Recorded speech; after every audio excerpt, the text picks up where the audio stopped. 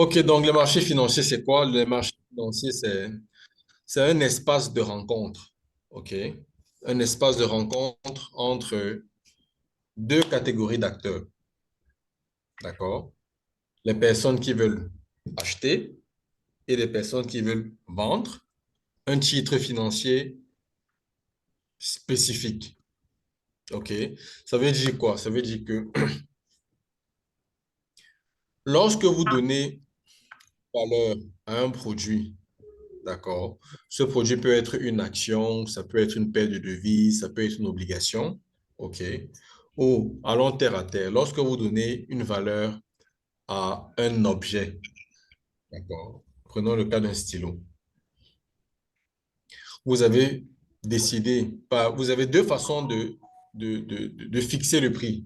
Soit vous décidez d'un prix, d'accord, et tout le marché et tous les acteurs, d'accord, s'alignent sur ce prix-là. Ça veut dire que si je dis n'importe quoi, le gouvernement décide que le prix du pain sera de 125 francs la baguette de 50 grammes ou de 100 grammes, pardon. OK? C'est un prix flat. Ce prix ne va plus bouger. Et que ce soit acheteur ou vendeur, ils vont se baser, ça va être un prix référentiel. OK?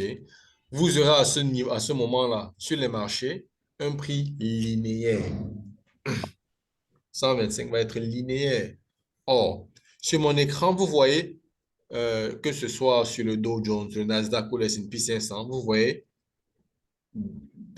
une ascendance, une descendance, une ascendance, une descendance. Donc, vous voyez des mouvements qui vont à la hausse, à la baisse, à la hausse, à la baisse. D'accord? Cet effet de mouvement de prix découle du fait que, premièrement, les prix sont librement fixés par le marché. Ça veut dire que moi, je décide que ma baguette de punk, je vais la vendre à 200 francs. OK? Et que Eddie décide qu'il va l'acheter à 100, pardon, à 190 francs. D'accord? Et que derrière, Wilfried, lui, il dit, OK, moi, je suis d'accord. Je pense que ce niveau de prix m'intéresse. Je vais prendre à 200, à 200 francs. Là, il y aura ce qu'on appelle un matching. Par la suite, lui, il a acheté, moi, j'ai vendu à 200 francs. Il a acheté à 200 francs. OK. Il va chercher à revendre. Il va chercher à revendre un peu plus cher. OK. Il va chercher certainement à revendre à 205 francs. Et dit qui, lui, aurait raté l'opportunité d'acheter à 200 francs, va se dire que, attention, le prix du pain est en train de continuer de monter. Si je n'achète pas maintenant, si je ne me positionne pas maintenant, je vais rater la hausse. Il va donc aller acheter à 200 francs Wilfried qui veut vendre à 205 francs, pardon, Wilfried qui veut vendre à 205 francs. Il y a matching, il y a deal. On dit que le trade était close. Ainsi de suite, ainsi de suite, jusqu'à ce que Edgy, qui a sa baguette de pain à 205 francs, d'accord, ne rencontre pas d'acheteur voulant acheter à son prix. Lui veut certainement revendre à 210 francs. D'accord? Mais sur tous les acheteurs sur le marché, personne ne va acheter à 210 francs. Il va devoir descendre au prix le plus bas directement disponible pour pouvoir se débarrasser de son prix. C'est ça, c'est l'effet de cette dynamique-là qui crée les hausses et les baisses, les oscillations que vous voyez sur les trois micrographiques affichés sur mon écran. Donc, euh, les marchés financiers, c'est cela, c'est des places de marché où vous avez accès à des cotations, d'accord?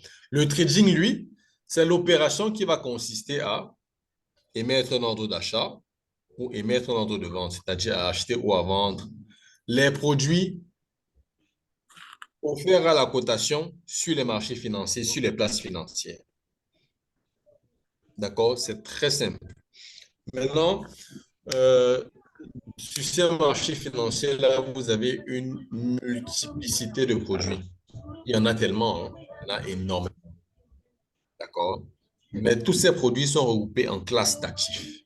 On a le Forex, que vous connaissez tous très bien. Donc, le Forex, ce sont des devises. Ce sont des paires de devises parce que sur le Forex, les devises sont tradées en paires. OK, ça veut dire quoi? Ça veut dire que vous échangez une devise contre une autre, toujours obligatoirement. vous échangez de l'euro contre du dollar, vous échangez de la livre sterling contre du dollar américain, vous échangez du yen japonais contre une devise quelconque. D'accord? Ça, c'est le Forex. Ensuite, on a le marché boursier qui a deux produits principaux, les actions et les obligations. Donc, les actions d'entreprise. Comme idée d'action d'entreprise, vous avez quoi? Vous avez Microsoft, vous avez, bon, je voulais dire iPhone, vous avez Apple, pardon, vous avez Samsung, vous avez L'Oréal,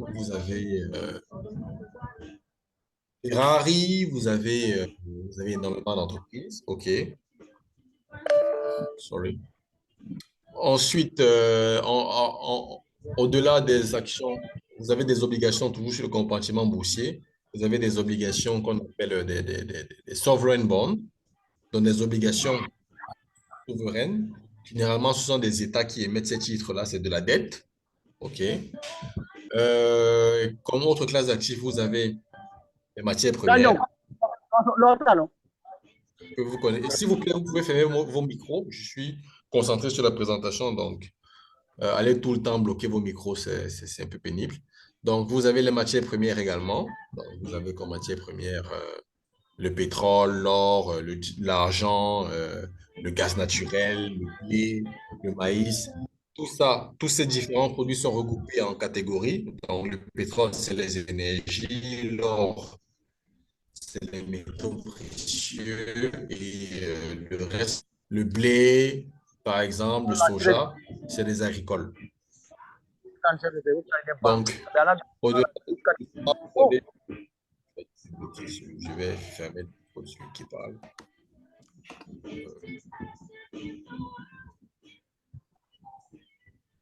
Il y a son micro ouvert. On a déjà l'autre micro ouvert. Je désactive. OK, je pense que c'est bon.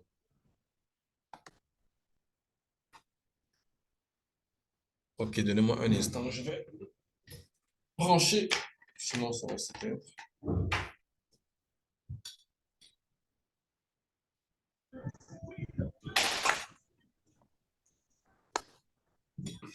Hop.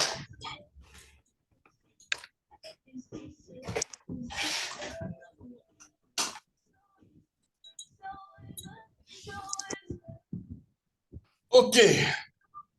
Donc, au-delà de ces trois marchés, on a les produits de trésorerie qu'on appelle, qui sont présents sur le marché monétaire. Donc, avec les bons du trésor à courte, moyenne ou longue maturité. Donc, ça, c'est des produits spécifiques et vraiment adaptés à les acteurs sur ces marchés sont des acteurs qui viennent avec de gros volumes parce que les lots sont très, très, très importants. Vous avez également des produits dérivés comme des options, des swaps, des forwards. C'est des instruments de couverture. Cela demande une certaine expérience pour pouvoir les maîtriser. C'est des effets, c'est des instruments à très fort effet de levier. Donc, il faut quand même avoir un peu d'expérience pour pouvoir les manipuler. Donc, et pour finir, on a les taux d'intérêt. Les taux d'intérêt sont des produits de marché. Ce sont des produits généralement qui sont utilisés pour couvrir des positions sur les instruments de dette. Donc, voilà jusqu'ici. Euh, je sais que les marchés les plus communément utilisés ou tradés, ouverts à la négociation pour les comptes particuliers ou des petits comptes de courtage, on a le Forex, on a les commodities, on a les indices boursiers, on a de l'action et de l'obligataire en CFD sur différents brokers, hein, notamment l'un de nos brokers principaux qui est Torex. Donc, je vais essayer de me livrer, je vais vous livrer un petit exercice, d'accord? Femi, tu as dit tout à l'heure que tu avais essayé de trader en démo, je pense que c'était toi. Sur quel type de produit tu t'exerçais? Oui, monsieur Pierre Morel. Non, en fait, est-ce que c'était moi qui avais dit ça? J'ai dit que j'ai essayé de, disons, de m'entraîner, mais que j'étais toujours au même niveau. Seulement que en ce moment aussi, je faisais aussi des exercices Au même... où, par exemple, je prends, disons, peut-être l'euro et le dollar, par exemple. L'euro et le dollar. Je vais sur le marché OK. et je vois, disons, la tendance. Je vois la tendance et je trace la droite de tendance. Je vois si la tendance, si le marché est montant ou bien si le marché est dans une situation de baisse. Et je trace les droites, disons, en tout cas, tout ce qui va avec avant de prendre la décision. Donc, tout ça, c'était en démo que je faisais ça. OK. Donc, je vais t'orienter, hein, ça D'accord. va permettre également à tout le monde de comprendre. Déjà, sur tous les marchés que j'ai présentés, dans les différentes classes d'actifs que j'ai présentés, moi, je vous recommande de commencer sur le Forex. OK? Déjà parce que c'est un marché qui peut être négocié avec des petits volumes. OK? Ensuite, c'est le marché le moins complexe et ensuite, et enfin, pardon, l'information est franchement disponible. Parce qu'à la fin de la journée, qu'est-ce qui fait en sorte que le marché monte et descend? Je vous ai précisé tout à l'heure, c'est les offres et les demandes de prix. D'accord? Mais allons plus loin que ça. Qu'est-ce qui va décider Ali ou Wilfried de vouloir acheter un produit plus cher ou de pouvoir faire une bonne affaire en achetant ce produit moins cher? Ou qu'est-ce qui va motiver Ali à croire au potentiel d'une action ou au potentiel de l'euro par rapport au dollar? D'accord? Là, on est dans l'analyse. Qui a une idée? Qui peut me dire quelle serait la raison pour laquelle on parierait à la hausse sur de l'euro, c'est-à-dire on s'attendrait à ce que de l'euro s'apprécie par rapport au dollar, ou inversement. Qu'est-ce qui peut expliquer une prise de position à la hausse sur l'euro, par exemple?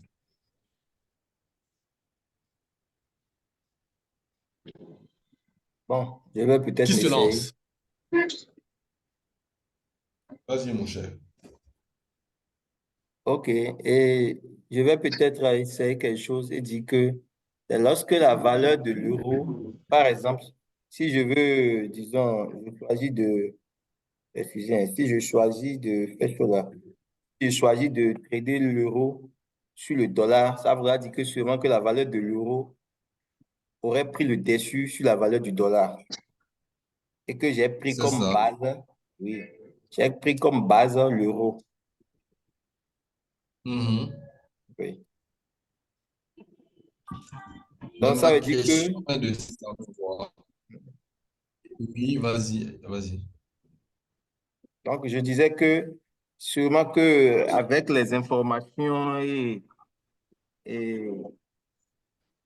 l'analyse fondamentale, on appelle ça, non? Donc, j'aurais peut-être su que la valeur Mhm. de l'euro serait plus supérieure à la valeur du dollar. Alors, ça veut dire que lorsque j'aurais fait le rapport, lorsque j'aurais fait le rapport de l'euro sur le dollar, ce serait mieux que je fasse le rapport du dollar sur l'euro parce que la valeur de l'euro serait supérieure à la valeur du dollar. OK, merci. Ce que notre très cher est en train d'expliquer, c'est il y a un rapport, d'accord? Ça veut dire que il y a un mécanisme, il y a des informations, il y a des facteurs qui vont permettre à des traders que nous sommes de décider si l'euro va s'apprécier par rapport au dollar. C'est ce qu'on appelle les facteurs d'influence. Tout bon trader, notez bien ça, tout bon trader doit connaître pour tous les produits qu'il a quels sont ces facteurs d'influence. Là, on est encore dans l'analyse fondamentale. L'analyse fondamentale, c'est l'étude des indicateurs macroéconomiques et des informations. Donc, les facteurs d'influence, c'est forcément des indicateurs macroéconomiques et des informations. Quels sont ces facteurs d'influence-là? Quelles sont ces informations qui peuvent faire en sorte que l'euro s'apprécie violemment ou plutôt décroche? Si aujourd'hui, je dis n'importe quoi, et si aujourd'hui un mec vous demande que, il vous dit, moi je suis trader sur les actions Ferrari, d'accord? Posez-lui une question très simple pour connaître quel est son niveau. Quels sont les facteurs d'influence de l'action Ferrari? Il doit pouvoir les connaître, sinon il ne trade pas sur l'action. Ou sinon, il ne gagne même pas d'argent dessus. Très simplement. Ça veut dire qu'il se positionne n'importe comment sur les marchés. Ça veut dire qu'il entre n'importe comment. Il voit la bougie aller à la hausse, il achète. Il voit la bougie aller à la baisse, il vend. Non, ça ne marche pas comme ça. Quels sont les facteurs d'influence? On n'est même pas encore sur le prix, hein, parce que quand on va faire l'analyse technique, c'est le prix. Quels sont les facteurs d'influence? Il faut savoir, il faut étudier vos produits. Ça veut dire que vous avez des petites fiches, OK? Vous faites analyse d'un côté, analyse fondamentale, de l'autre, analyse technique. Facteurs d'influence sur analyse fondamentale et sur analyse technique, euh, prix psychologique, au niveau de prix psychologique. Vous devez forcément avoir ça. Vous n'avez pas ça, ça ne sert à rien. Vous faites du trading pour rien et vous allez constamment et continuellement perdre de l'argent. Donc, il faut savoir quels sont les facteurs d'influence sur vos pairs. Je vais vous donner un exemple très, très précis. Nous sommes le 7 novembre. Hier, le 6 novembre, il y avait la veille, minuit, élection américaine. OK? Regardez une paire comme si vous voyez mon écran, vous avez de l'euro-dollar. OK? Elle est plus ou moins stable, hein. Elle monte et descend tranquillement. Elle, monte, elle consolide dans un petit canal de prix. Mais on sent l'ascendance. Elle consolide de 7, mais elle consolide légèrement à la hausse. D'accord? Sauf que il y a eu un brutal mouvement extrêmement violent qui s'est passé le 6 novembre, donc hier, à 1 h du matin. D'accord? L'événement qui a eu lieu le 6 novembre à 7 h du matin a quand même généré de la volatilité pour...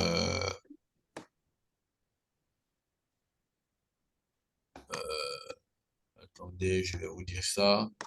Elle a généré de la volatilité pour...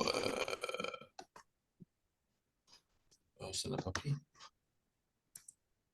Ok, de la volatilité pour... jusque-là. Voilà. 240 pips. Wonderful.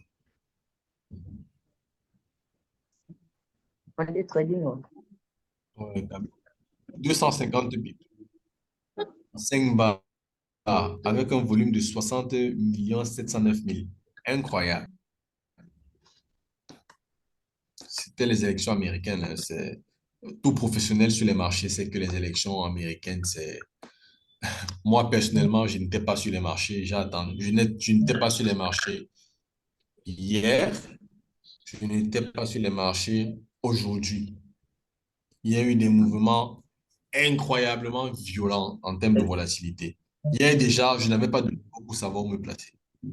Peu importe où tu allais te placer, je suis dans le mauvais temps. D'accord? Tu allais te faire emporter par la volatilité. Donc, ça allait être compliqué. Il faut savoir les facteurs d'influence. Ça veut dire les facteurs qui font en sorte que ton prix peut aller dans un sens ou dans l'autre, OK, en fonction des informations que tu reçois. Sur le rôle des facteurs d'influence, on en a plusieurs. On a le PIB de la zone euro. On a les indicateurs du marché de l'emploi de l'Allemagne. On a le PIB de l'Allemagne. On a l'indicateur de la santé du secteur industriel allemand. Oh, un instant.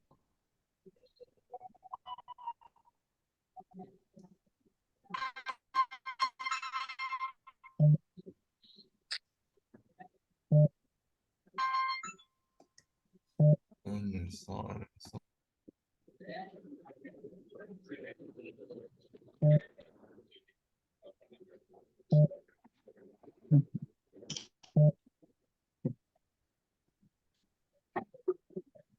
Marketing.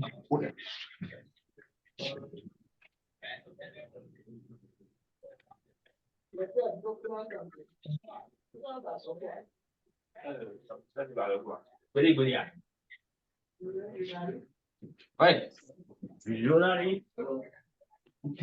Ok, merci. Mais je constate que on est beaucoup, hein, Fémi, on est beaucoup plus nombreux que tout à l'heure au démarrage.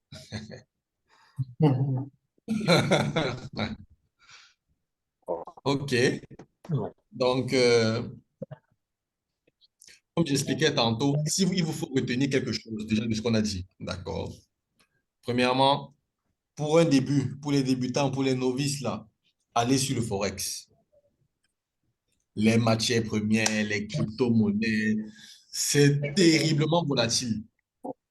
Pour le moment, laissez d'abord, allez d'abord sur le moins compliqué, allez sur le Forex.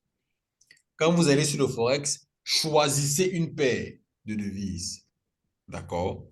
Une ou deux, de préférence une, d'accord? Vous prenez la main. Ça veut dire quoi? Vous recherchez tous les facteurs d'influence. Vous prenez un tableau ou un format pour la diviser en deux. D'un côté, vous mettez analyse fondamentale, analyse de l'autre côté, analyse technique. En analyse fondamentale, vous écrivez facteurs d'influence. Vous notez tous les facteurs d'influence fondamentaux qu'il y a sur la paire. Comme tout à l'heure, j'ai dit sur l'euro, par exemple, on a les indicateurs, on a le PIB de la zone euro, on a le PIB de l'Allemagne, on a les indicateurs du marché de l'emploi de l'Allemagne, on a l'indicateur on a le sentiment du secteur industriel de l'Allemagne. Vous allez voir, je dis beaucoup Allemagne. Pourquoi? Parce que la zone euro, l'euro, c'est une concentration de plusieurs pays. D'accord? Et comme dans une salle de classe, il y a un élève qui tire le groupe vers le haut. Et en Europe, c'est l'Allemagne. C'est la première puissance économique de la zone euro. Ça veut dire que si l'Allemagne va mal, l'euro va mal. D'accord? C'est très clair. Maintenant, du côté technique, en analyse technique, vous faites, vous cherchez à avoir les niveaux de prix psychologiques et historiques sur la paire. Quand vous avez déjà ces deux éléments-là rangés de l'un et l'autre sur votre produit, vous avez déjà fait la moitié du travail. Donc, ça veut dire que vous réduisez déjà de 50% votre capacité à perdre de l'argent. Ceux qui ne font pas ça perdent pratiquement. Mais là, vous avez réduit de 50% les chances de Et perdre. ceux qui sont avec des gens n'ont pas coupé leur micro, quoi, pour qu'on puisse bien écouter. Il y a des gens qui... Coupez vos micros, s'il vous plaît. Ok, c'est bon. Je vais couper les micros. Tac. C'est bon. Je vais couper les micros. Donc, voilà. Euh, donc, l'analyse fondamentale se résume à ça. Maintenant, vous allez me dire, me demander où est-ce que je retrouve ces informations? Comment je fais pour savoir que le PIB de l'Allemagne va être publié? Comment, où je trouve, où je fais ceci, où je fais cela?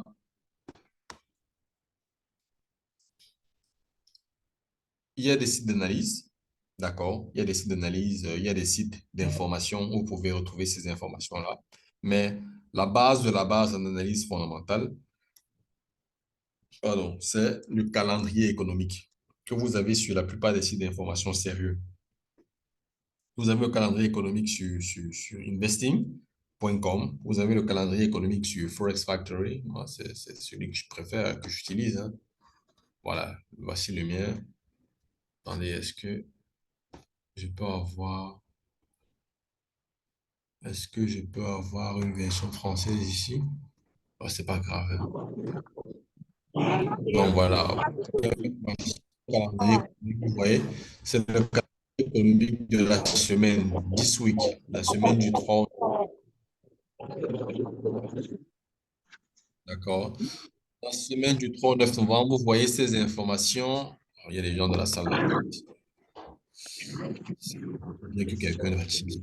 À chaque fois. Donc, on a des informations. Vous voyez, les informations sortent par ordre chronologique. Vous ne pouvez pas être surpris, Femi, Ali ou les autres.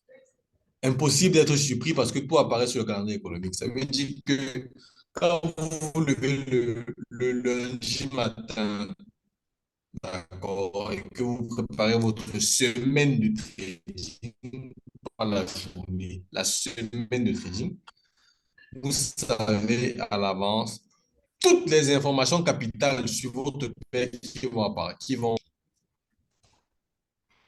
Donc, comme vous voyez ici, ça, c'est les grilles, les grilles. Donc, les informations sont classées par niveau d'importance.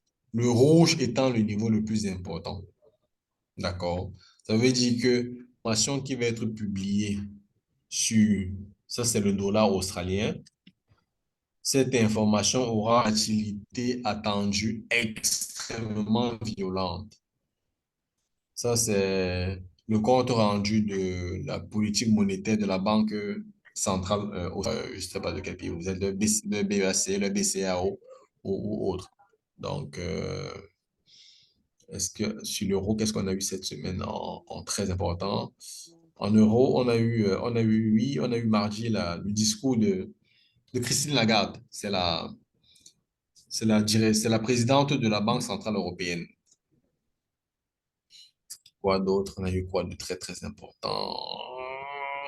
Ça, c'est en Angleterre. Ah oui, les chiffres. Notez que c'est répétitif un peu partout, hein. Dans tous les pays du monde, OK, il y a des indicateurs macroéconomiques principaux. On a les chiffres de l'emploi, ça veut dire le chômage et autres. On a le chômage et autres chiffres sur les allocations. On a le produit intérieur brut, c'est-à-dire le taux de croissance de l'économie. Et on a les décisions de politique monétaire des banques centrales. Ça ne s'amuse pas. Celui-ci, non. Monetary Policy Committee. Décision du comité de politique monétaire. Niveau de volatilité attendu sur une échelle de 10, c'est 10. Vous devez savoir quand ils sont publiés et quel sera le sens de l'annonce. OK? Au dollar, oui, on a eu les FOMC aujourd'hui. Il y a eu beaucoup, ça a été un peu violent aujourd'hui. Mais l'information phare de cette semaine, c'était US election, les élections américaines. Ça a été extrêmement violent. Regardez à quoi ressemble. Je vais vous montrer l'effet des élections, hein. Je vais vous montrer un peu sur le marché action américain. Euh, Moi, je vous dis, si on avait élu Kamala Harris, par exemple, les marchés n'auraient pas réagi autant positivement parce que les marchés ont très bien réagi à l'élection de Donald Trump. Et depuis hier, je regarde, c'est top. Les marchés ont progressé de façon. Moi, j'ai vu le Nasdaq monter. Je me suis demandé mais il va monter jusqu'où, ce mec? Il est monté, monté, monté. Aujourd'hui, pareil.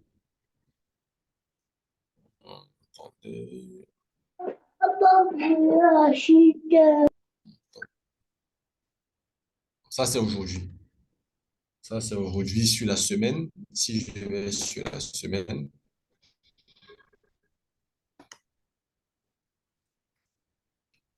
Sur la semaine, on est globalement, les marchés sont globalement, voilà, ouais, les marchés sont globalement positifs. Ça, c'était la semaine de Donald Trump. Les marchés ont franchement très bien accueilli son élection. Regardez, en une semaine, euh, que Microsoft vous fait 4,5%, Nvidia vous fait 11%, Tesla, de son grand ami Elon Musk, Tesla vous sort 19,49%. Imaginez qu'en une semaine, vous fait 19% sur les marchés.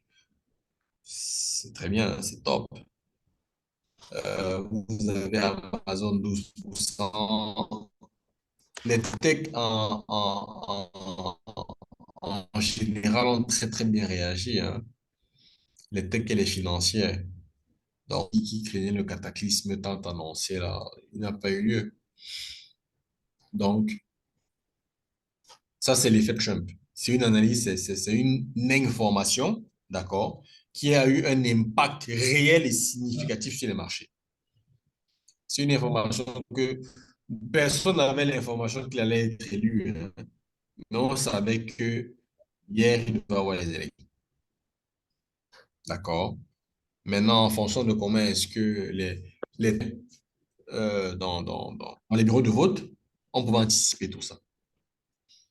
À partir du moment où il a gagné la Pennsylvanie, c'était qui a le plus grand nombre de grands électeurs, c'était joué.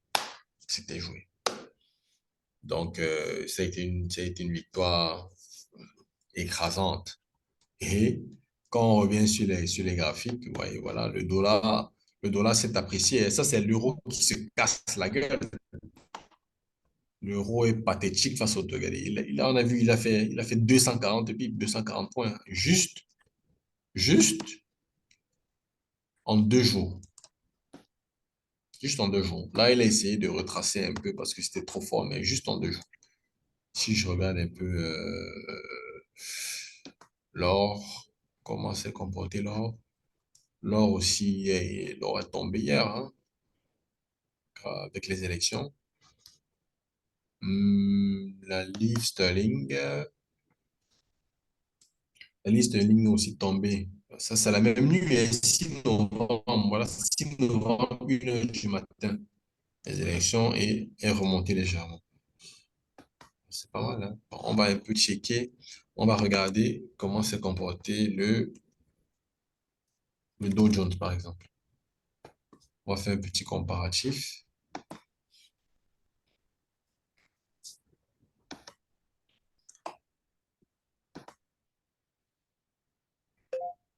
OK. Donc, regardez, là, on a le Dow Jones, lui, ironiquement, il a décroché, hein. Wonderful. Il a chuté, d'accord. Ensuite, on a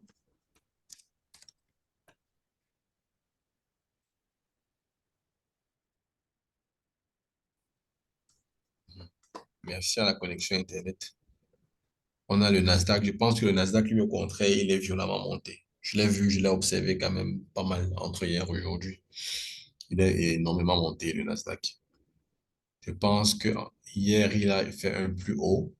Ce matin et aujourd'hui à 17h30 quand je quittais, il a fait un plus haut que le high d'hier. Donc, ça charge, c'est lent.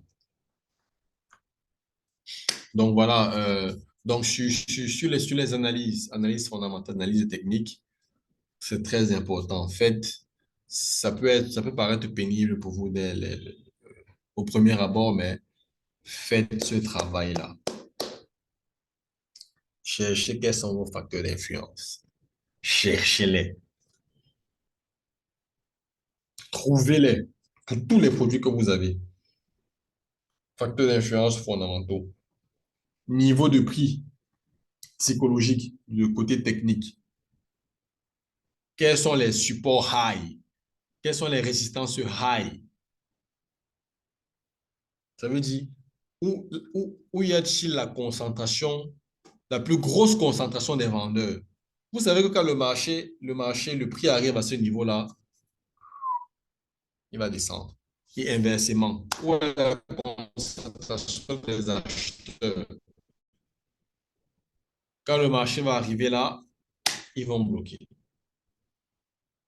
Donc, il faut savoir, c'est très, très important. Fixer ces niveaux-là et je vous garantis que vous aurez vous prendrez de meilleures positions, vous aurez de meilleures entrées et vous aurez de meilleurs résultats. Donc, ça, l'analyse étant faite, en termes de gestion de risque, avant qu'on passe aux questions-réponses, hein, parce que je ne veux pas monopoliser la parole non plus. En termes de gestion de risque, il faut faire très attention parce qu'à la base, le trading, c'est d'abord une activité intense émotionnellement, c'est très psychologique. Euh, vous serez amené à faire énormément d'erreurs dès le début, hein, parce que c'est pas évident, c'est la psychologie, c'est de l'argent, surtout quand c'est de l'argent réel. Les gens deviennent très émotifs. Parfois même, vous allez rire, il y en a qui deviennent très agressifs. Donc, euh, ayez un niveau de gestion de risque acceptable. Ça veut dire quoi? Ça veut dire que sachez déterminer quelle est la perte maximale que vous êtes capable de supporter. La perte maximale de Fernande peut ne pas être celle de Femi ou d'Ali ou des autres.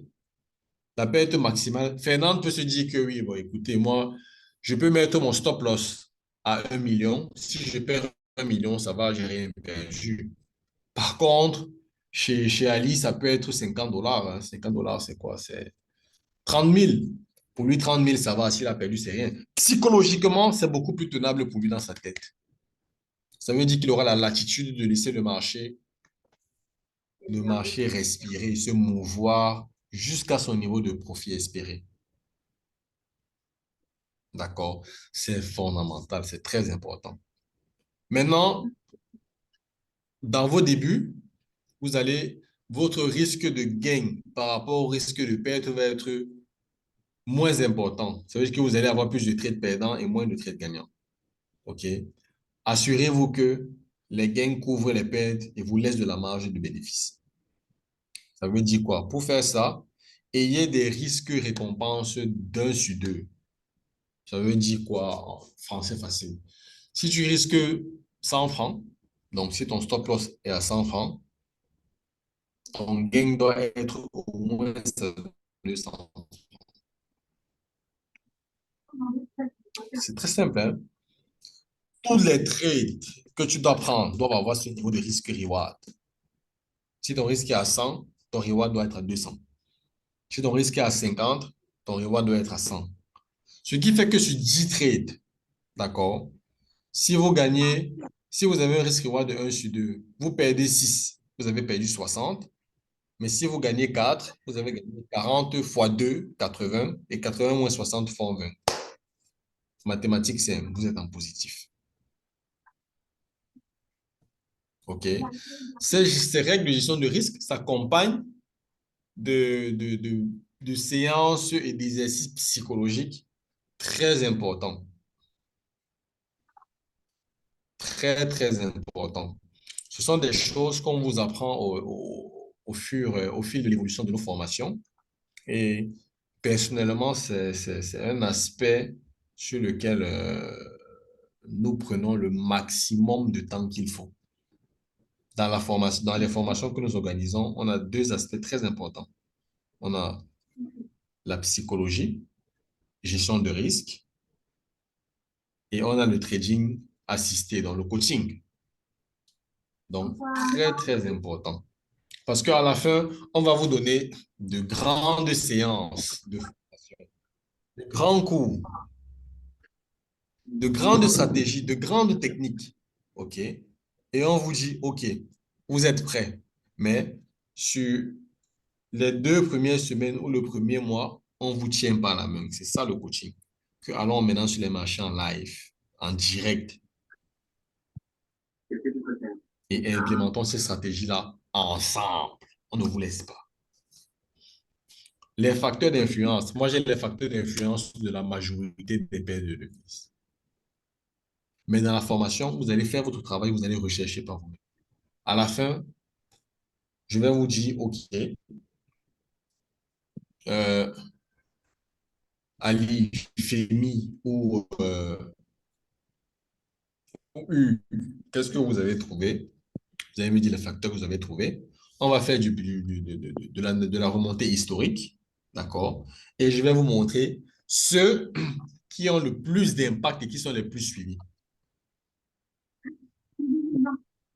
Ensuite, on va aller ensemble tester ça, parce que c'est très important. Il ne faut pas juste dire que le facteur d'influence principal sur l'euro, c'est le PIB de la zone euro, c'est les chiffres du secteur industriel allemand. Non, on va aller ensemble, on va vérifier tout ça.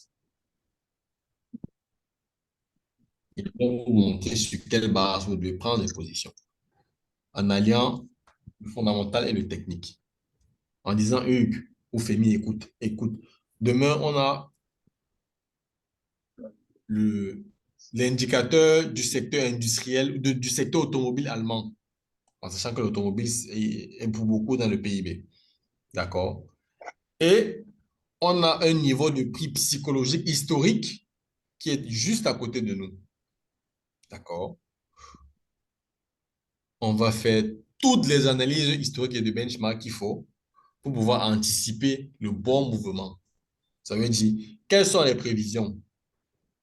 Comment s'est comportée l'économie allemande avant la publication de ce chiffre? Parce que les chiffres ne doivent pas vous surprendre, hein. Pas du tout. C'est ce qu'on appelle des effets de cascade. C'est quoi un effet de cascade? L'effet de cascade,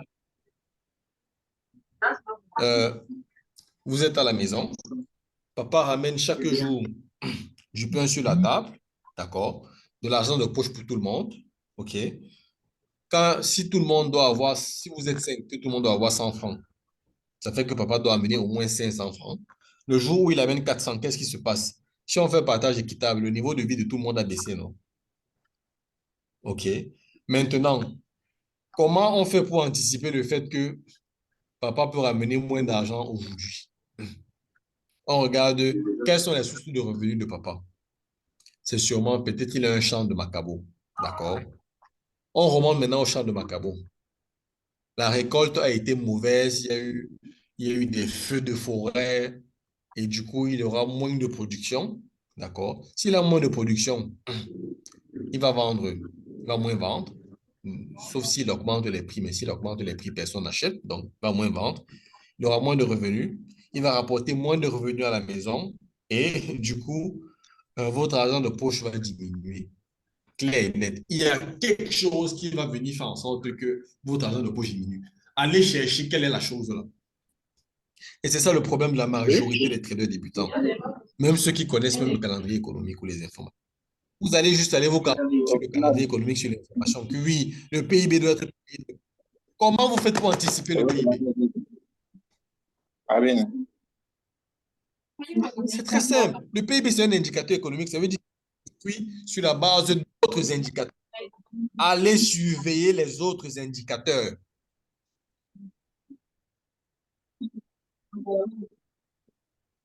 Le PIB, c'est la croissance.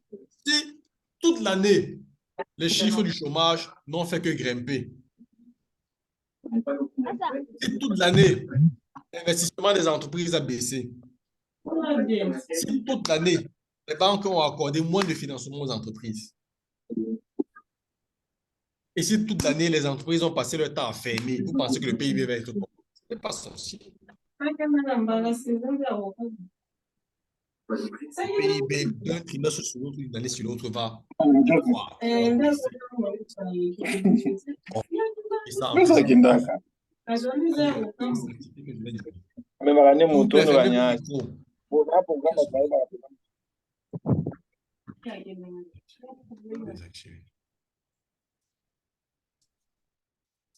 donc, c'est ça. Hein, ce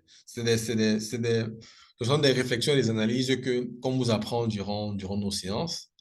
Ce n'est pas, je vais pas, ce n'est pas aisé, mais ce n'est pas complexe non plus. D'accord? Ça s'apprend, heureusement. Et, euh, et voilà, quoi. Donc, maintenant, je vais ouvrir, je pense que bon, j'ai parlé pendant 1 heure avant de commencer. J'ai parlé pendant 1 heure non-stop, donc je vais laisser un peu la parole à tout le monde, ceux qui ont des questions, des préoccupations, des attentes, ceux qui veulent. Vraiment, la parole est libre, hein. Je vais essayer de vous répondre la façon la plus compréhensible possible. Donc, déjà, le déroulé du programme de webinaire que j'ai présenté, il a été respecté. On a parlé des marchés financiers, on a parlé des analyses techniques fondamentales, on a parlé de la gestion de risque. Donc, à vous la parole. Vous n'avez qu'à lever la main et puis je vais, je vais volontiers essayer de vous répondre.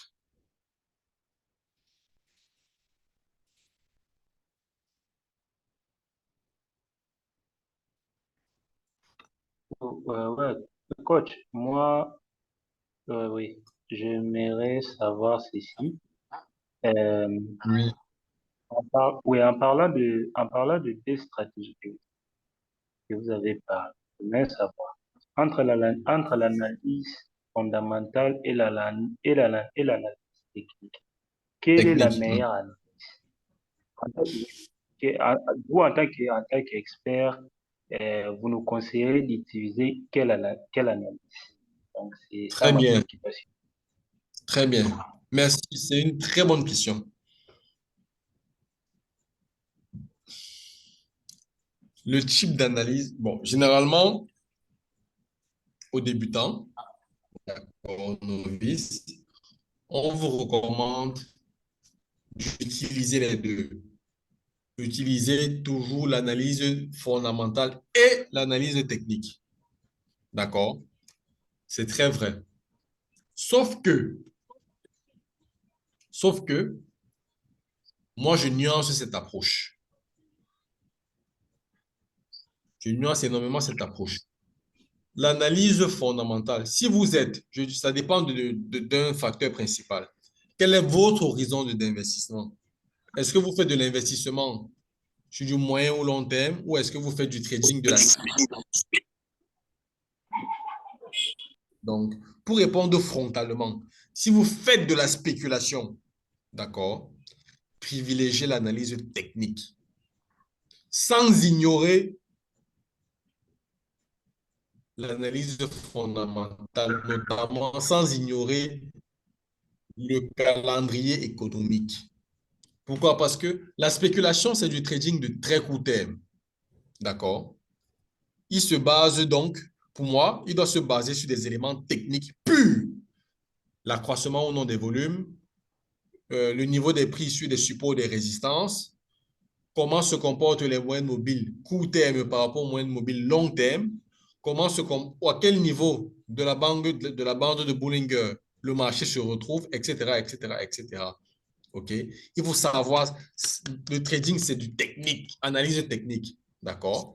Maintenant, où l'analyse fondamentale intervient ici? Elle intervient au moment où, mais mon cher, peu importe tous les signaux techniques que vous avez, non? Si on vous dit que 15h30, si le calendrier économique dit que 15h30, le président de la Fed doit prendre la parole. Grand frère, laissez les marchés. Sortez toutes vos positions et attendez. Voyez comment le marché réagit avant de rentrer de nouveau.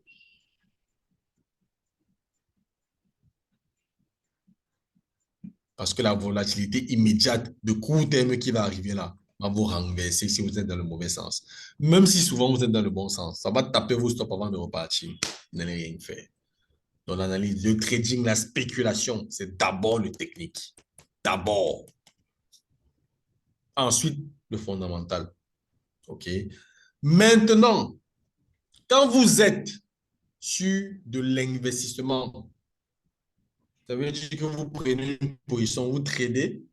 Ce n'est pas pour sortir aujourd'hui, ce n'est pas pour sortir demain, c'est peut-être pour sortir dans 1 semaine ou 2 semaines. Le fondamental d'abord. Ensuite, le technique pour vous aider à entrer sur le bon niveau de prix. Mais d'abord, le fondamental.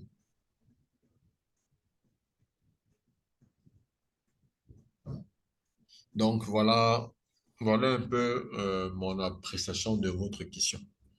Attendez, j'ai une question je vois dans les messages. Il y a des gens qui écrivent. dans le messaging. Je vais être venu un peu en retard prévu. J'ai un problème d'application. J'aimerais, si possible, avec tout respect, avoir une vidéo d'introduction sur comment créer un compte. Car nous sommes nombreux à avoir rejoint la formation tardivement. À créer, c'est un message de camarade. Oui, camarade, vous souhaitez créer quel compte? Je ne comprends pas la question. C'est créer quel compte? Bon, après, n'hésitez pas à poser les questions dans le groupe WhatsApp, hein. On va répondre. Je ne comprends pas c'est quel compte il veut parler, mais on pourra approfondir dans le groupe. OK. Ok. Comment, voilà, Abel Ouadji, comment sortir du marché? Comment sortir du marché, Abel? Je dirais que ta question est posée, c'est une question que tu dois te poser au début, avant même d'entrer. Donc, la question que j'aurais dû poser même d'abord préalablement, c'est comment entrer sur le marché. Parce que ta sortie, tu anticipes ta sortie au moment d'entrer, ce n'est pas avant. Ce n'est pas que tu entres, non, tu réfléchis comment tu vas faire pour sortir. Ça ne marche pas comme ça. Celui qui fait ça perd de l'argent. Personne, je ne connais personne qui fait ça qui gagne. Moi, quand j'entre, je sais déjà où je vais sortir. D'abord. Et pour répondre à une question, Abel, tu dois faire le travail que j'ai pris en amont. Ça veut dire quoi? Ça veut dire que l'analyse fondamentale. Tu as fait tes facteurs d'influence, d'accord. L'analyse technique, tu as déterminé quels sont les niveaux de prix sur lesquels tu as réussi à déterminer où te trouver le marché, d'accord. Trois indicateurs et anticiper sur où tu dois sortir. OK. Un travail, c'est ce qu'on appelle, ça, c'est le niveau de confiance sur les marchés. C'est le niveau qu'on vous apprend pendant la formation. Ça veut dire quoi, niveau de confiance? Ça veut dire que c'est un niveau où vous avez plusieurs indicateurs techniques qui se regroupent au même endroit. C'est un peu comme un carrefour. Ça veut dire que là, vous avez le MACD qui dit il faut sortir. Vous avez la moyenne mobile qui dit il faut sortir. Vous avez le support qui dit il faut sortir. Ça, c'est un niveau de confiance.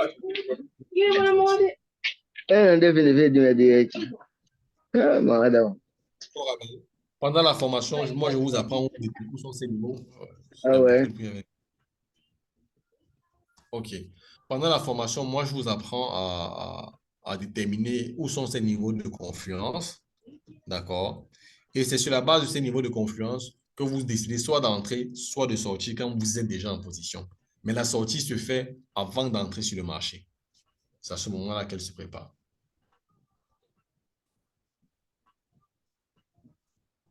Autre question, s'il vous plaît. Comment trader sans avoir une connaissance large sur le trading? Comment trader sans avoir une connaissance large sur le trading, Camara? C'est un peu comme poser la question de comment lire sans savoir lire. Tu ne peux pas trader sans avoir de connaissances sur le trading. Ça ne marche pas. Tout comme tu ne peux pas lire sans savoir lire. D'accord, d'accord, mon cher. Je vois que tu te grattes la tête. Ouais, c'est la vérité. C'est la vérité. Donc, pour pouvoir trader, mon cher, euh, tu dois faire des classes. Quand je dis faire des classes, faire des recherches, lire beaucoup, OK? Ou à la fin, in fine, aller vers un organisme de formation, exactement ce qu'il ne faut pas regarder, exactement ce qu'il faut faire. Ça te facilite beaucoup, ça te fait gagner beaucoup de temps. Beaucoup, beaucoup de temps. Donc, il faut quand même avoir un niveau minimal de trading avant d'aller pour ne pas faire de bêtises. D'accord? Donc, moi, je t'invite à quand même regarder l'intérêt des formations dans ce sens-là. Autre question, s'il vous plaît.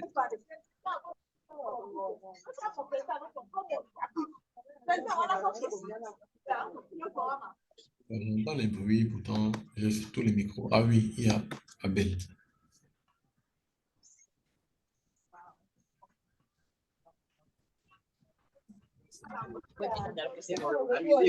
Abel, s'il vous plaît, votre micro. Fermez votre micro. Je ferme depuis, mais je ne comprends pas. Abel, fermez votre... Ok, c'est bon, merci, merci. Sur quelle plateforme je peux commencer? Sur quelle plateforme vous pouvez commencer? Nous avons un broker principal avec lequel nous travaillons, que nous avons vérifié, dont nous connaissons les process, le sérieux et la sécurité. Ce broker s'appelle Torex.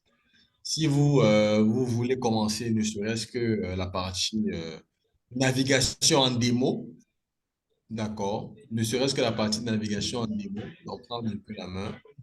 Je pense dans le groupe WhatsApp, il y aura un lien qui va circuler et puis vous allez juste satisfaire aux exigences d'ouverture de compte. Vous aurez accès à la plateforme de trading. D'accord, Wilfried, donc il sera avoir répondu à votre question. Cédric Evans, j'ai sauté sa question. Quelle était votre question, monsieur Evans? Ok, d'après plusieurs, les indicateurs ont un retard pour les entrées. Comment faites-vous pour rattraper les retards? Selon plusieurs, les indicateurs ont un retard sur les entrées. Les indicateurs ont un retard sur vos entrées pour la simple et bonne raison que, monsieur Cédric, vous prenez des indicateurs de très court terme. Ce n'est pas comme ça que fonctionne l'analyse technique. C'est un peu comme si vous prenez une moyenne mobile, d'accord? Vous la branchez, vous la paramétrez, pardon, moyenne mobile à 6 périodes. OK? Vous voyez, le marché monte violemment. La moyenne mobile ne suit pas d'un coup. C'est normal. On n'analyse pas les marchés de cette façon-là. Il y a des méthodes pour analyser les marchés avec les indicateurs. Ils ont un retard, ce qui est normal parce que le calcul s'adapte à comment le prix évolue. C'est pour ça que vous devez croiser cet indicateur court terme avec un indicateur longue ou moyenne période. D'accord? Et je vous donne même un secret, une stratégie. Vous allez aller chercher les indicateurs qui vont avec derrière. Moi, dans la formation, je vais donner tout à mes apprenants. Mais quand vous avez des indicateurs, non, sur votre graphique, il faut deux types d'indicateurs. Les indicateurs court terme, les indicateurs long terme. Le marché va toujours chercher à corriger lorsque le court terme va croiser le long terme dans le sens contraire.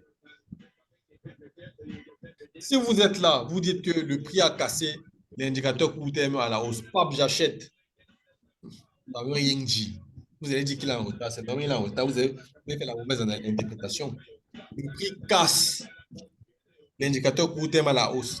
Et l'indicateur court terme aussi, à son tour, va aller casser l'indicateur long terme à la hausse. Ça, c'est un signal. Pas attention, les gars. OK. Vous avez, oui, je pense que j'ai répondu à la question. Avec combien on peut se lancer? Avec combien on peut se lancer? Je pense que vous pouvez avoir accès à des petits comptes de courtage. Je pense que c'est 50 dollars le minimum Une nuit avec 50 dollars minimum ou 100 dollars minimum, vous pouvez commencer. Je pense que les minimums sont assez modestes. Autre question. J'ai regardé plusieurs vidéos sur le trading, mais jusqu'à présent, je n'arrive pas à me situer. Qu'est-ce qu'il me faut? Camara, ben, c'est très simple, hein. Il te faut être accompagné les vidéos, c'est bien. Ça suffit le temps que ça peut. Mais je te recommanderais de souscrire à une formation, d'être accompagné par un professionnel qui, au-delà de la vidéo, va te dire exactement euh, qu'est-ce qui ne va pas dans ton trading, ce que tu fais mal et comment est-ce que tu peux corriger les points qui t'amèneront à améliorer tes performances. Je vois que vous préférez texter. Moi, je n'ai pas de problème. Allez-y, écrivez. Je vais vous répondre.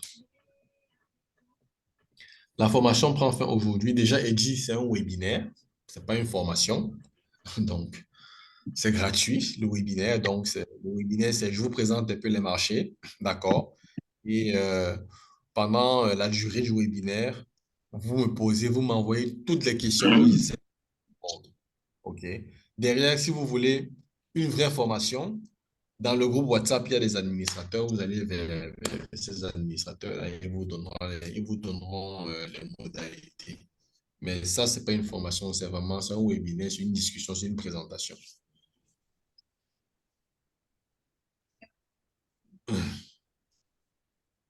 Autre question.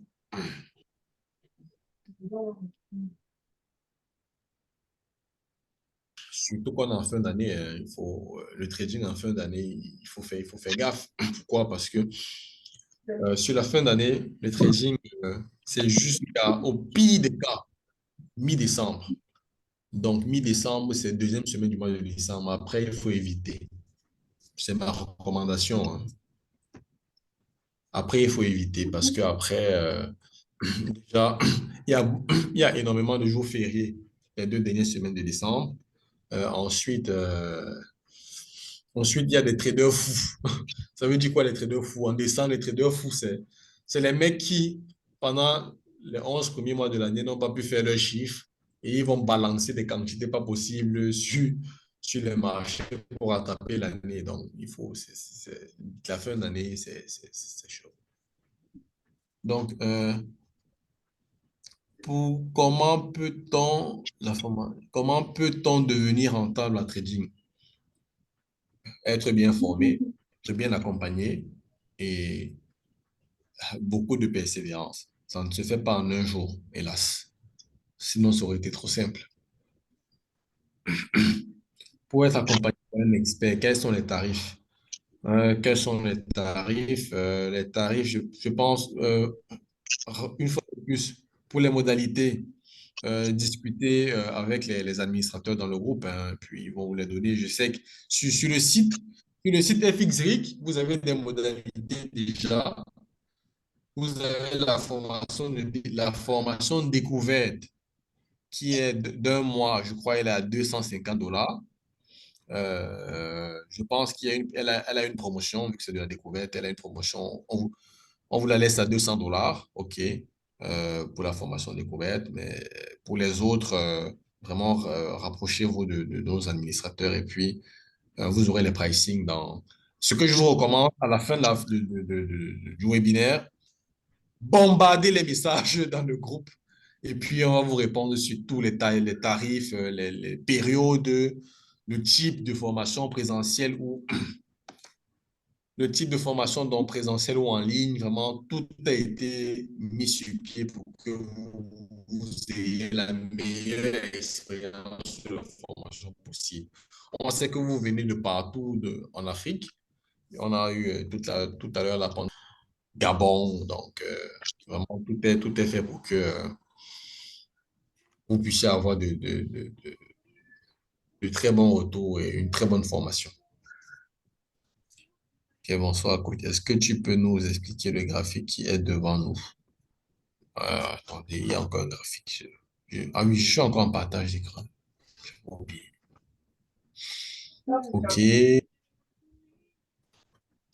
Ok. Ça, c'est le Dow Jones. D'accord, pour expliquer rapidement. Ça, c'est le Dow Jones. C'est le Dow Jones. Si je vais un peu essayer de prendre. Ah là, on est en octobre, septembre, 24 septembre jusqu'à maintenant. OK. Déjà, sur ce Dow Jones, je constate deux choses. Premièrement, on a eu ce high ici. Voilà un high. Ça, c'est un niveau de prix psychologique. Quand je parlais des highs, des niveaux de prix tout à l'heure, ça, c'est un niveau de prix psychologique.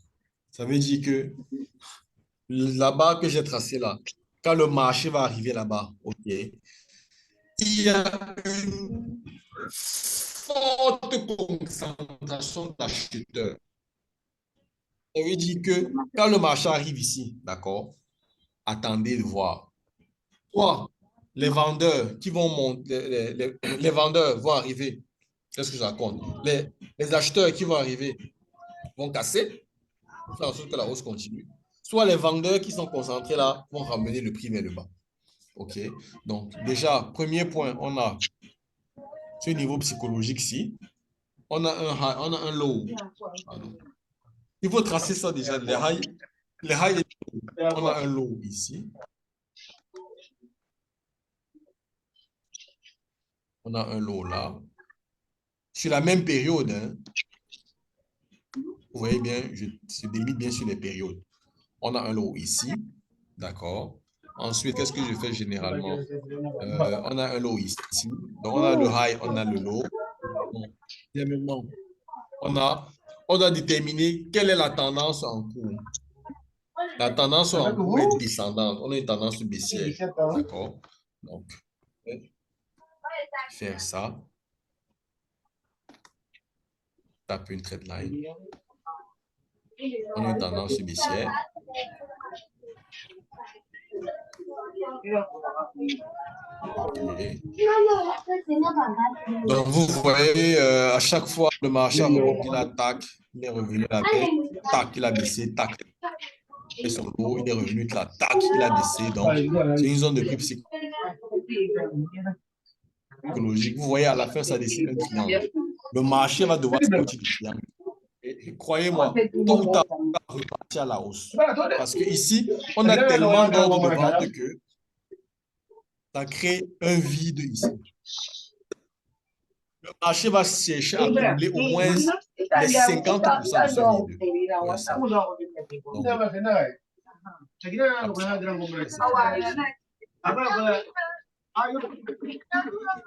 je tape ça, je sais que le marché va chercher à revenir ici. Moi, je sais que si on casse ça, le marché va au moins revenir faire 50%.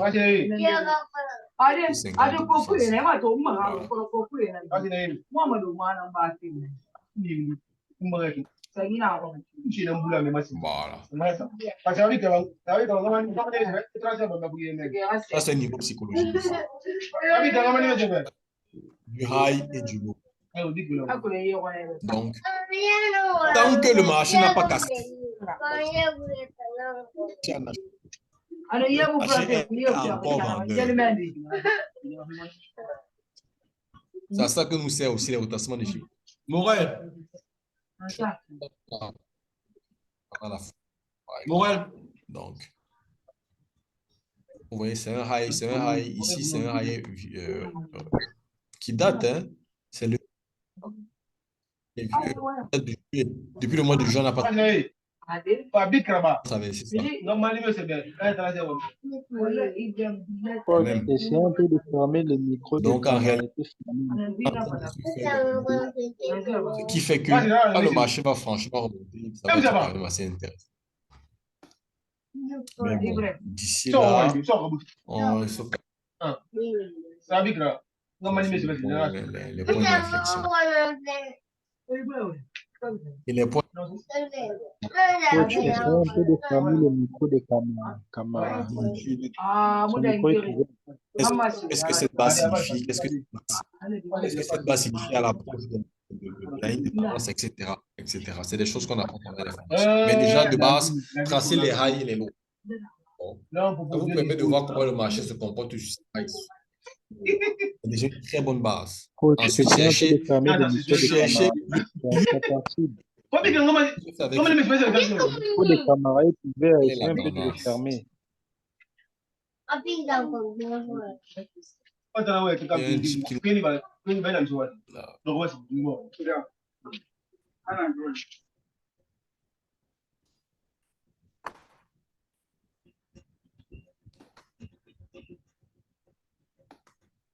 Ok, je continue avec les questions. Quel est l'avantage de ne pas utiliser les indicateurs et les incombinants également? Cédric, quel est l'avantage de ne pas utiliser les indicateurs et les inconvénients de ne pas? Vraiment, honnêtement, ça dépend du style de trading, hein. Ça dépend. Il y a des mecs qui tradent trader sans indicateur, c'est quand même assez compliqué. C'est très compliqué. L'inconvénient, justement, de ne pas les utiliser, c'est que ça rend ton trading complexe. Tu vas aller sur le trafic, tu vas analyser comment si tu n'as pas les indicateurs. C'est compliqué, hein? Travailler sans indicateur, pour moi, ce n'est pas la meilleure façon de trader. Pour moi, je précise bien. Après, il peut y avoir des monstres qui vous démontrent le trading, hein. Ils travaillent sans indicateur aisément, mais voilà, moi, c'est pas mon cas. Moi, je recommande d'utiliser les indicateurs, mais de savoir bien les utiliser. Très bien même. J'ai une question, j'aimerais la poser par vocal, s'il vous plaît. Une fois que vous finissez à répondre, priez de me confirmer, de poser. OK. Micro, comment faire le dépôt et le retrait? OK, Abel Sowadji, comment faire le dépôt et le retrait? Euh, comme je l'ai dit tout à l'heure, il y aura un lien d'ouverture de compte chez notre broker partenaire Torex qui sera distribué dans les groupes. Vous allez cliquer dessus, vous allez faire tout l'onboarding, renseigner vos informations personnelles et ensuite les espaces pour faire les dépôts et les retraits vont s'afficher clairement. C'est très simple, très facile. Et les moyens de paiement c'est des moyens de paiement locaux chez vous, hein. Dans les paiements mobiles, les paiements par carte, les paiements par crypto-monnaie, etc. Donc, il m'a dit qu'il voulait poser sa question. Là, c'est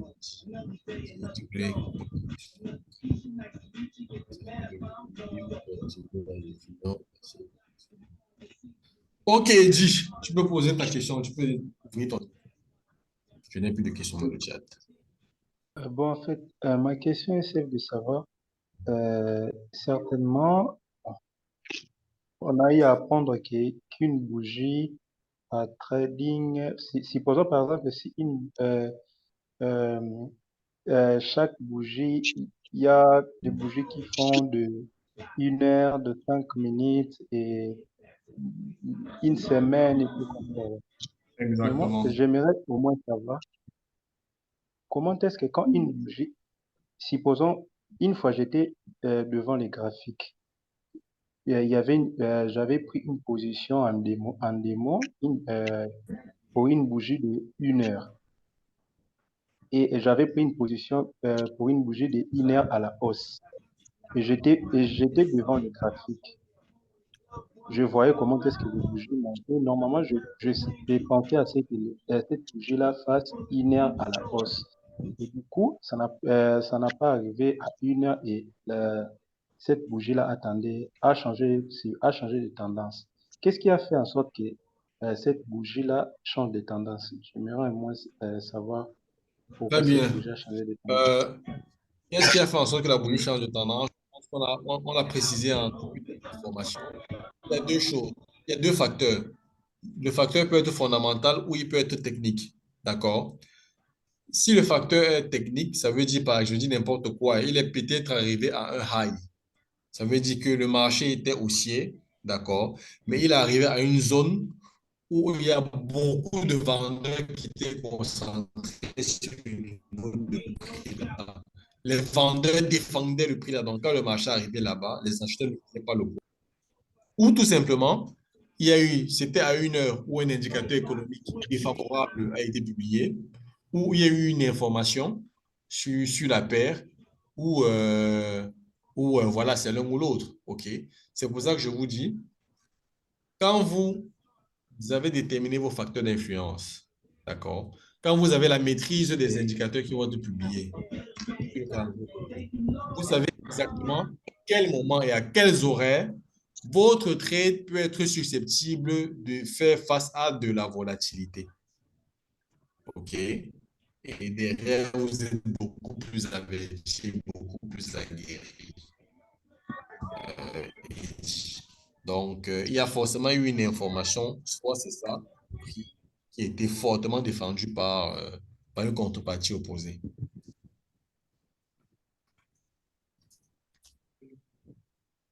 C'est bon, Eddy?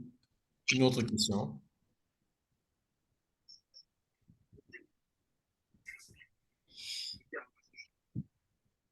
Oh, la question de... Il est 21 heures. La question de Cédric. Sur mon indication, quelle est ma probabilité de réussite? Ma probabilité de réussite. Je vais la nuancer. Elle est de deux ordres. Donc, moi déjà, je prends des trades avec des risques-reward inégalitaires. OK. Ça veut dire que sur, sur 15 trades, d'accord? Ça, ce n'est pas quelque chose que je vous recommande aujourd'hui. Ça a vraiment avec le métier et le travail que vous allez apprendre. Sur 15 trades, non, on va aller sur 10 pour avoir un bon ratio. Sur 10 trades, les 8, les 8 sont très généralement gagnants, pardon. Très généralement. Maintenant, après, il y a beaucoup de signes. Ça veut dire quoi? Ça veut dire que je peux être en fonction de la psychologie du marché, d'accord, en train d'avoir, j'ai 10 trades, non? Sur les 10 trades, j'ai 10 perdants, pardon, j'ai 5 perdants, 5 gagnants. Mais je reste positif. Pourquoi? Parce que je fais ce qu'on appelle de la couverture. Ça veut dire que si je prends un trade sur l'euro-dollar, ou si je prends un trade sur le Nasdaq, d'accord, je vais le couvrir avec le S&P 500. OK. Cette couverture va me permettre de tenir ma position ou de tenir ma marge requise quand mon trade principal est en négatif. À la fin des deux trades, je sors gagnant sur un, perdant sur l'autre. Sauf que je suis sorti gagnant sur le trade qui avait le nombre de lots le plus important. Ça veut dire que sur lequel j'avais mis le plus d'argent. Donc, ça, c'est des techniques de trading, des stratégies de position qu'on pourrait vous apprendre. Ça s'appelle du hedging. Même quand vous ouvrez souvent des comptes chez des brokers, ils vous posent la question de savoir si vous allez faire de la spéculation, de la diversification ou de la couverture. Ça, c'est du hedging, de la couverture. OK. Autre question?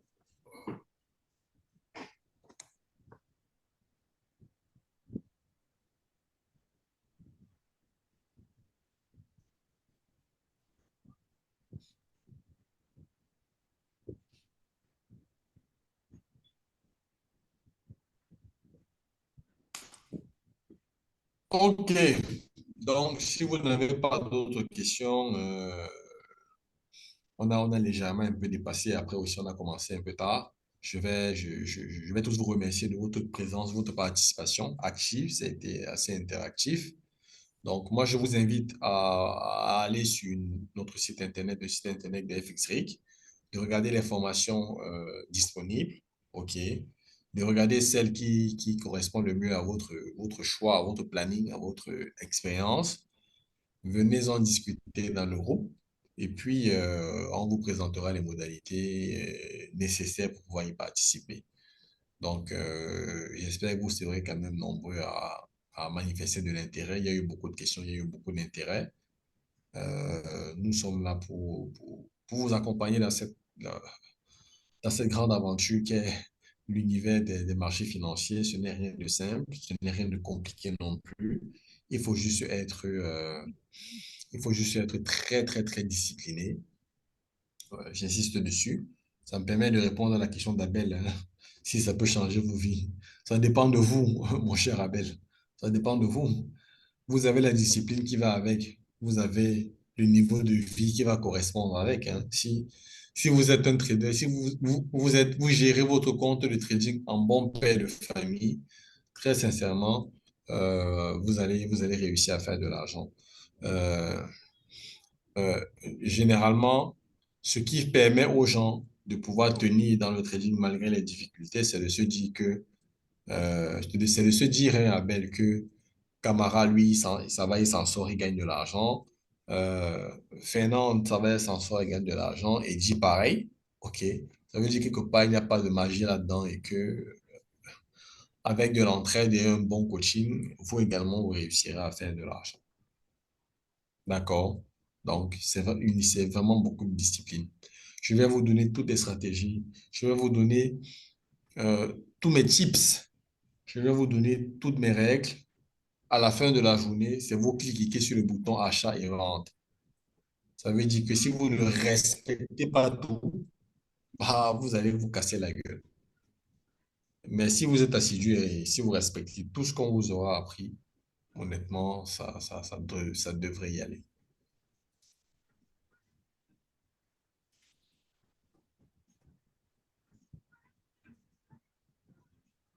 Autre question?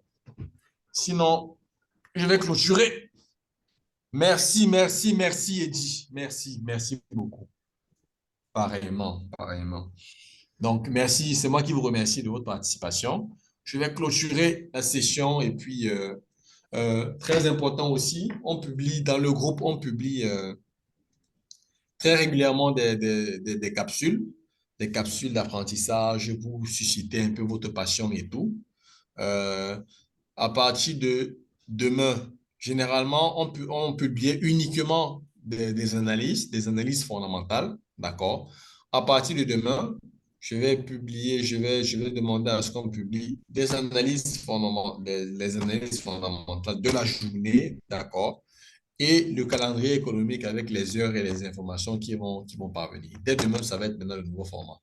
Ça vous permet de savoir également attention, à 14h30, il y a les chiffres, les non-farm payroll, ça va être très important, ça va être très volatile et puis il faut quand même faire gaffe. D'accord? Je vais joindre l'analyse au calendrier de publication des indicateurs et puis vraiment, on publie ces analyses. Je prends du temps pour faire ces analyses, pour partager ces informations-là pour que ce soit interactif. Réagissez, discutez, débattez la foi là. Donc, merci à tous et excellente fin de soirée à tout le monde. Ciao, bye bye.